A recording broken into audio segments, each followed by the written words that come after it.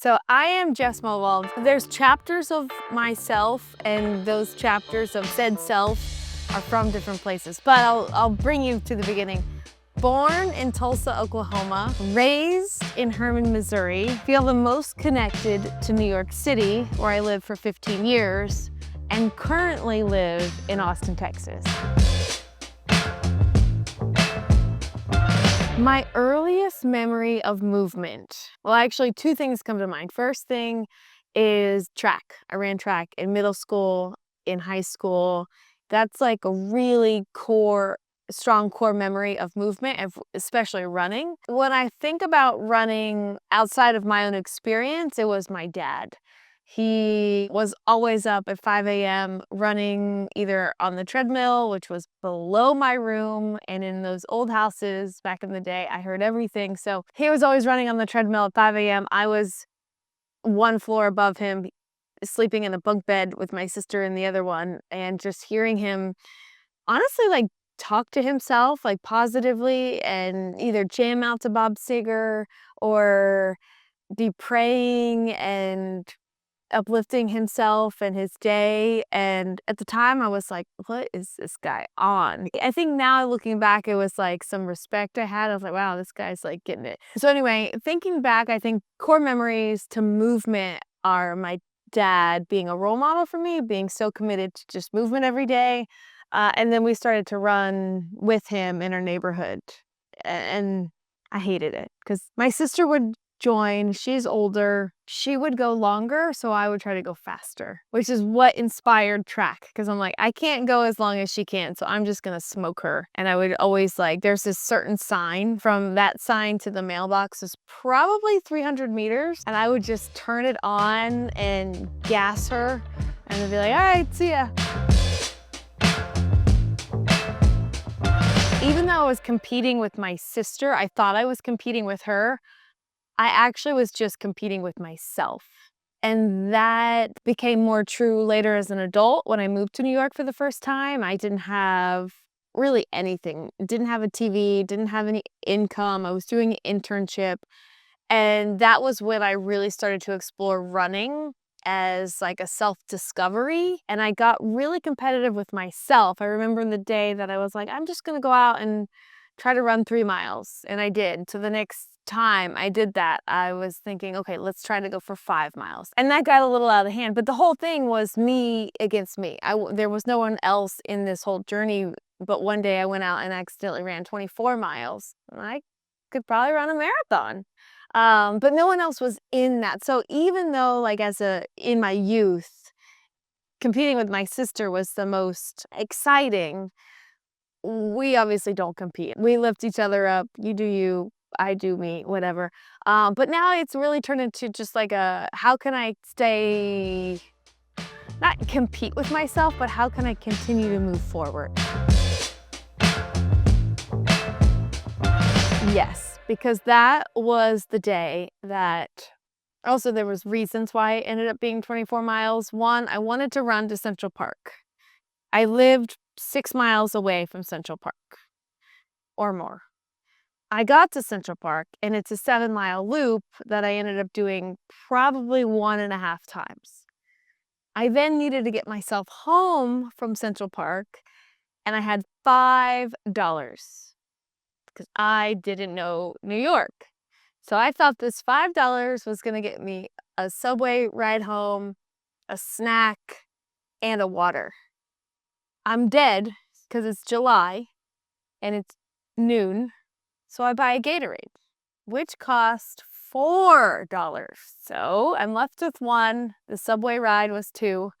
And I was like, I have no way to get home. I have to get myself home. It was me and me. Like I had to figure it out. I had to get there. I had to learn, explore, make a mistake, and ultimately get to the destination, which was home. And so, yeah, I would say that had a really pivotal effect on my approach to setting your mind to something and doing it, even if it's probably not the most ideal way. Like that's not the way you train for a marathon, but for me it was, because I didn't know proper marathon training, and I probably wouldn't have done that if you were like, hey, you need to take 4 months, you need to gradually build. It was empowering to realized that I just did 24 miles out of the blue, and that said to me, like, let's go do a marathon. I think there's many ways to train for your goals, but you have to be the one who wants to do it.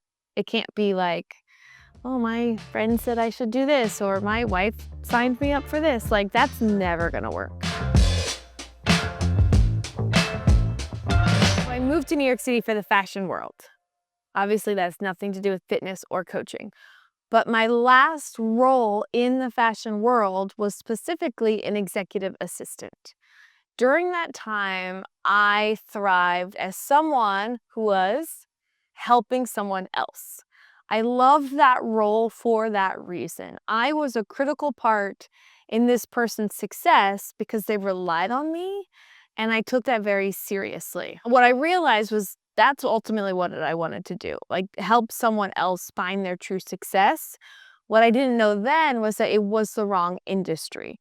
So I was doing what I enjoyed, but the industry itself was wearing me down. It wasn't what I was passionate about. It was what other people were passionate about. And I was just trying to tee them up to be their best. So fast forward to when I found the fort and when I met Kyle and when I started my own strength training journey and reconnected to my running journey, because a big piece of who I was at my core just fell to the wayside because I was so consumed in the fashion industry. I didn't have time to go for a run. I didn't have time to think about my own health or wellness. So when I'm at the fort, it all started to click. I found an inner confidence. I found a happier, healthier version of me in consistent strength training, in running. And then I realized, like, oh, this is the world where I thrive. Like, this world is waking me up. I feel alive. I feel inspired. I can't wait to be here. So then I realized, like, okay, let's put these two things together, helping someone be their best self, but let it be in the strength world, in the running world, in the coaching world. And ultimately, it led to an opportunity at the fort, which led to me polishing, developing, and building my skills as a coach. You know, when you're in the right space, if you are eager, disciplined, and working hard, so the doors just started opening in the industry that actually felt right for me.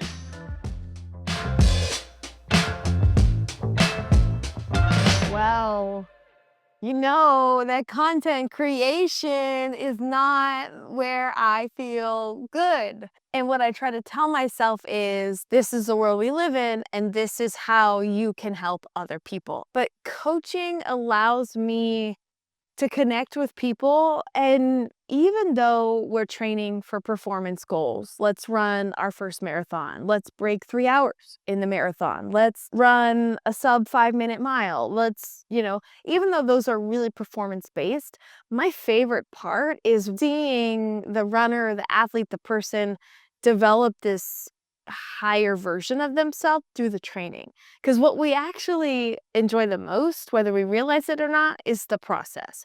When you get to that end goal, okay, let's say you want to run your marathon for the first time, you run that marathon. The marathon is hard and amazing, but then it's over. And you realize that, that day, that event was the icing on the cake to that 16-week journey where you were getting out of your comfort zone, making sacrifices in your social life to get up early at 5 a.m. and run 15 to 20 miles, to run 3 to 4 times a week when you have to juggle work, responsibilities, family, all of these things. Like, you become this more polished, sharper, better version of yourself.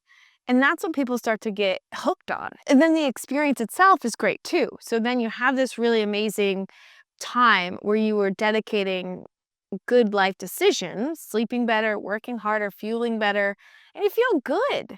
So that part is, beyond the coaching and the creation and being like, okay, let's run this marathon.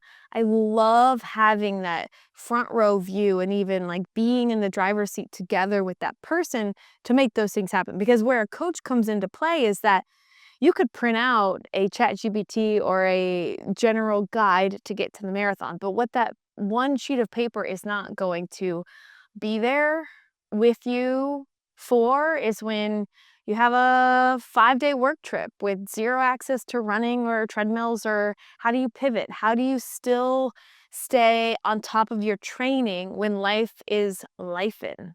So what I always say to my athletes is training has to fit into your life. You cannot take your life and put it in the box of training, because you could do that for a short period of time, but there's going to be a point where you break, it's not realistic, or you resent it.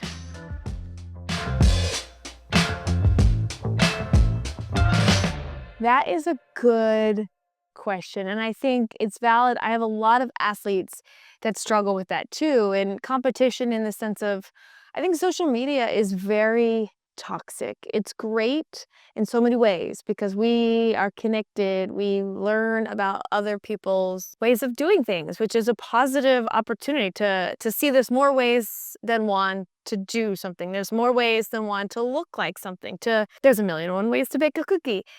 That can, when we're vulnerable, I think when we're confident and when we're crushing it and when we're not feeling low or negative about ourselves, it's awesome because we're like, yeah, this is great. I'm awesome. Here's my highlight reel. When we have any room of doubt or vulnerability or insecurities or fear, or we feel a little stuck, those negative feelings just get magnified when we open Instagram and we see the highlight reel and we see someone's great long run and we might be dealing with an injury, and that can really spiral. All of that to say, like, I see my clients juggle that a lot, but I feel that way. I feel that I am my most authentic self when I'm not trying to find inspiration from trending reels or trending styles or what other people are doing, because I get in my head when I see that. And then I'm just trying to be as similar to this other person that I thought was inspiring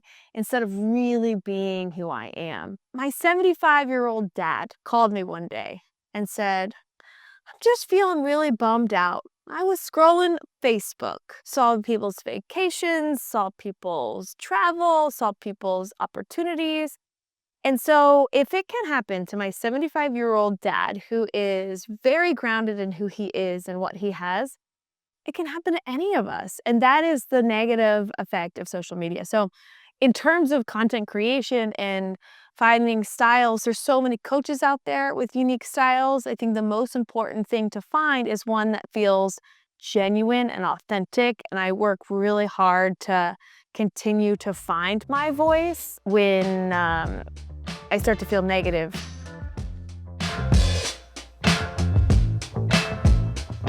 Who is Jess Mullen? I think, so growing up, I am, and I have always felt like the middle child. I have always felt a little different, misunderstood, not like different, but different in the sense of, like, I wasn't my older sister who was really straight-laced and, straight lines, and homework is always due early. If it's not due early, it's late. And then my younger sister, who was just, this is my own interpretation of it, but the perfect one, the baby. Actually, Ashley was perfect, Jen was the baby. And I tend to be a little bit more in the moment. Interpret that as like homework late or not done or studying for the test when the test is about to start, like in the moment. Me now, I like to be in it. Like, I like to be involved. Preparation is something I take seriously, but it's not my strength to sit and plan ahead. Now, I would say, well, when I was younger, I felt the need to kind of chameleonize. I didn't have my own, this is Jess, this is who I am. I wasn't strong in that. I felt like because I wasn't my older sister and because I wasn't Jen, I was still searching on who I was. I knew I was different. I leaned into the different card, a little bit of the black sheep, a little bit of the, you tell me to go left, I'm gonna go right. But I didn't necessarily feel like I had anchored to who I was yet. 20s, I definitely explored being a people pleaser. And I think that goes back to being in the fashion industry. It wasn't a world that felt fully natural to me. So then I was just constantly looking for that, like, approval. Like, oh, if I got a good mark on this, that's the direction to go. Instead of what felt like me, what felt like authentic to me, even if it was different. Now I feel like I've really leaned into Jess, and it's very complex. I'm a very complex person. I can be very serious, I can be very silly, I can be really cuckoo and kind of like silly. That I think that's my dad's side of things. I can be really serious, buttoned up, and that's definitely my mom's side of things, but I feel very connected to emotion. I feel my best when I connect to people on a very real, personal level.